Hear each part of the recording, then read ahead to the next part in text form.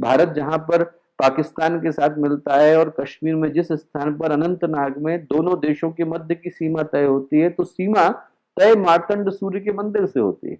जैसलमेर में चले जाए तनोत माता का मंदिर है, अरुणाचल प्रदेश में चले जाए सिद्धेश्वर नाथ का मंदिर है, और दक्षिण में तो समुद्र खुद आकर मंदिर की सीढ़ियों को प्रणाम करके जाता है। भारत में ये जो परंपरा है वो कोने कोने के अंदर विद्यमान है, और उस तीर्थ स्थान की प्रतिष्ठा के पीछे का कारण एक ही था कि ये जो तीर्थ स्थान थे, जो देवालय थे, छोटे छोटे देव मंदिर थे जिनका उदाहरण मैं दे रहा हूं, इनकी स्थापना के पीछे का भाव था कि उस स्थान में प्राण ऊर्जा के संचरण का केंद्र होते थे। आज तो आपको सब जगह मोबाइल के टावर लगे दिखाई पड़ते हैं, पर आप 1000 वर्ष पहले की कल्पना करें, जिस तरह से मोबाइल टावर जो है आज 3G को, 4G को, 5G को फैलाने का कारण और माध्यम बन रहे हैं, एक समय में उन शिखरों के ऊपर मंदिर स्थापित होते थे जिनका उद्देश्य एक ही था कि वो अपने आसपास के क्षेत्र में प्राण ऊर्जा का संचार कर सके। वो इसलिए थे कि व्यक्ति जब अपने जीवन में शिथिल महसूस करे, उसे लगे कि उसकी बैटरी धीरे धीरे डिस्चार्ज हो रही है, तो उस स्थान पर आए, आकर अपनी प्राण ऊर्जा को फिर से भरे, शांति कुंज पहुंचे, गुरुदेव के कक्ष में जाए, प्रखर प्रज्ञा में प्रणाम करे, गायत्री मंदिर को प्रणाम करे, अखंड दीपक को नमन करे, और करने के बाद फिर से अपने जीवन में एक नवीन ऊर्जा को धारण करके जाए, ताकि जो निष्प्राण हो चली परंपरा है उसके अंदर प्राण चेतना का संचार किया जा सके।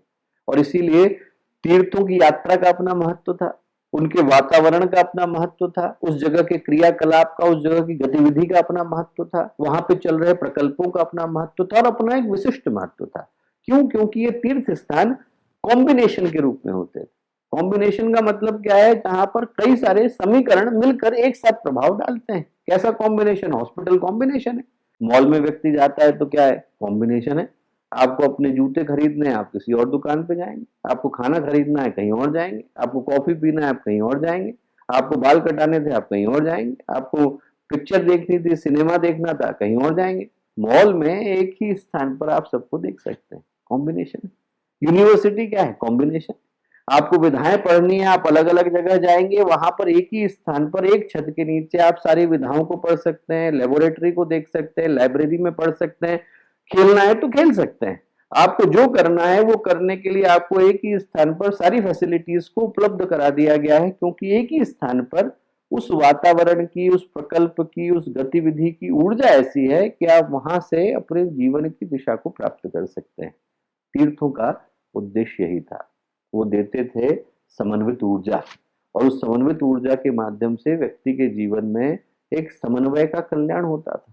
इसीलिए कभी गुरु गोविंद सिंह जी ने गुरुद्वारों की स्थापना कराई, कभी समर्थ गुरु रामदास ने माँ भवानी के मंदिरों की स्थापना ग्राम ग्राम में कराई, और आचार्य शंकर ने पूरे भारत का एक अद्भुत तरीके से एकत्रीकरण करा, तीर्थ परंपरा को जागृत करा, उनके अंदर जागृत ऊर्जा का संचार किया।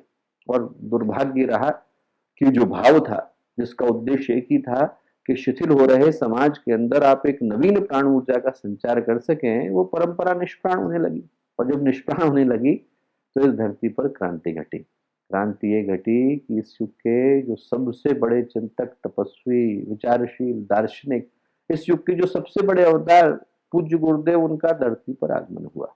और जब आगमन हुआ तो गुरुदेव ने बाकी के सारे कार्यों को करने के अतिरिक्त एक जो अद्भुत क्रांति करी, वो ये करी कि उनने शिथिल हो रहे समाज के अंदर प्राण चेतना का संचार करने के लिए, युग निर्माण के प्रशिक्षण केंद्रों की स्थापना करने के लिए, जन जागृति के केंद्रों की स्थापना करने के लिए, युग चेतना का जो प्रकाश है, आलोक है, वो जन जन तक पहुंचाने के लिए, अध्यात्म का व्यवहारिक प्रशिक्षण देने के लिए, और समाज को अच्छे उद्देश्य के लिए, लोक मंगल के लिए, लोक उत्थान के लिए, आत्म परिष्कार के लिए निरत करने के लिए गायत्री शक्ति पीठों की, प्रज्ञा पीठों की, चरण पीठों की, इन सारे के सारे प्रज्ञा संस्थानों की स्थापना करी, और केंद्र में गायत्री तीर्थ शांति कुंज को स्थापित किया।